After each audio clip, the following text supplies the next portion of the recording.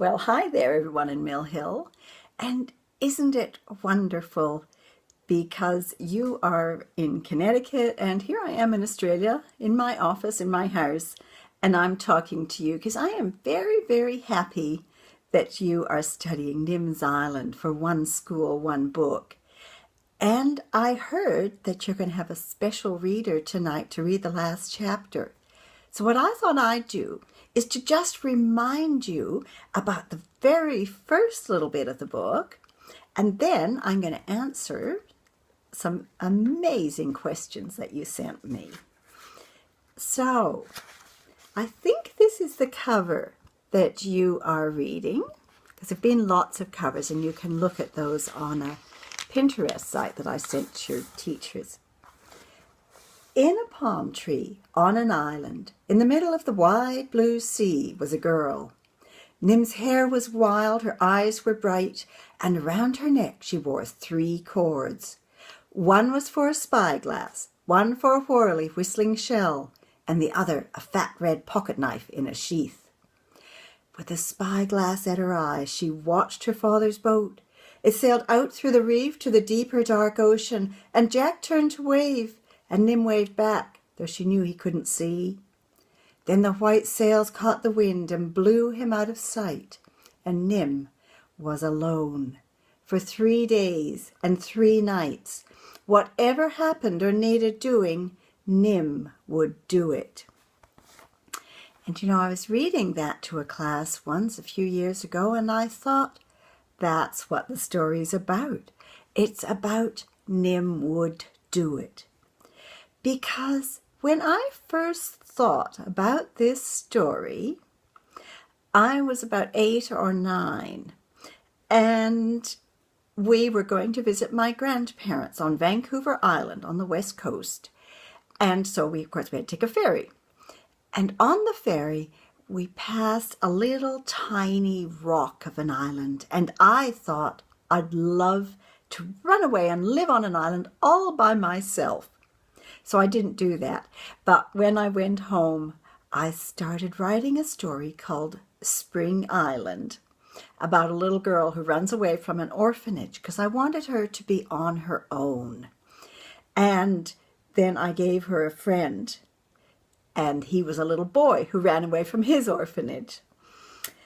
And many years later, when I became a grown-up author, I was writing a story and about a little girl writing to an author, and I knew the little girl's life was much more interesting than the author's, because authors actually stay home and write most of the time. And I thought, it's interesting because she lives on an island. Now, you might have a different answer, but for me, that was why her life was more interesting. And I remembered the story that I wrote when I was 8 or 9, and when I was wishing that I was good at doing things instead of just dreaming things, because I was a bit of a dreamy reading, making up stories kind of kid. So that was the inspiration for Nims Island. And so I've been to islands like the one that I imagined when I first wrote Nims Island.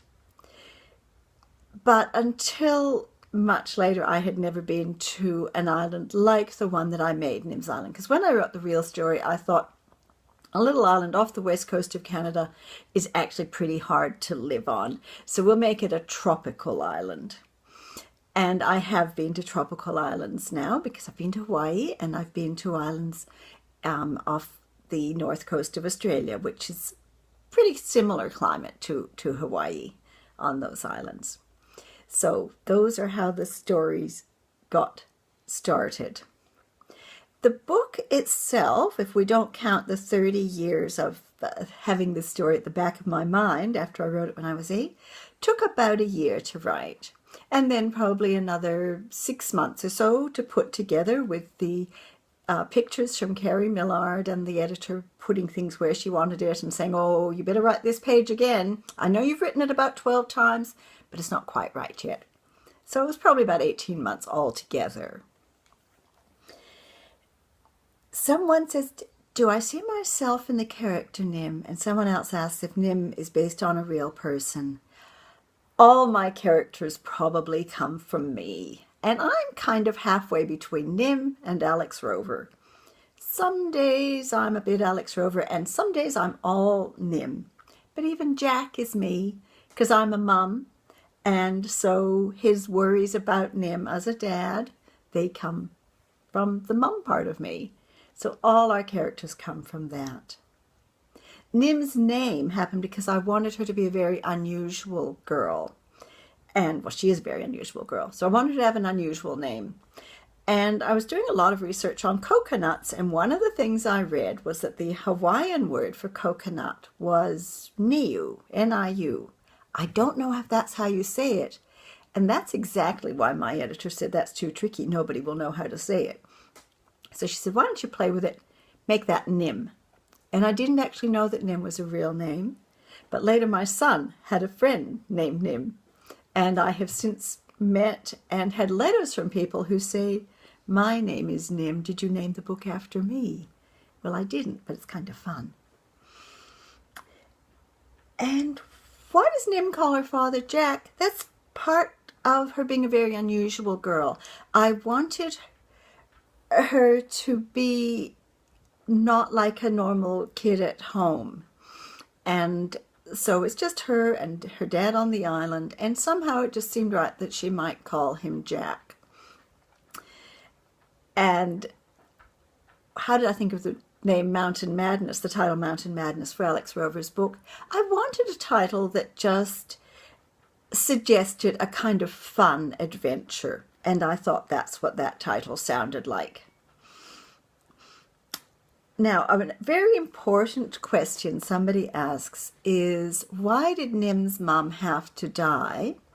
And also, did I ever think of making Alex Rover Nim's mum and sort of coming back? Nim's mum has to die because this is a story, not real life. And we all know that in real life it would be terrible to lose a parent. And of course, Nim does feel that. But in a story, the author has to be mean to their characters. And I needed Nim to be on her own as I'd imagined her as a little kid. I couldn't take away both her parents. But I took away her mum because that was one of the worst things that I could think of to do to her.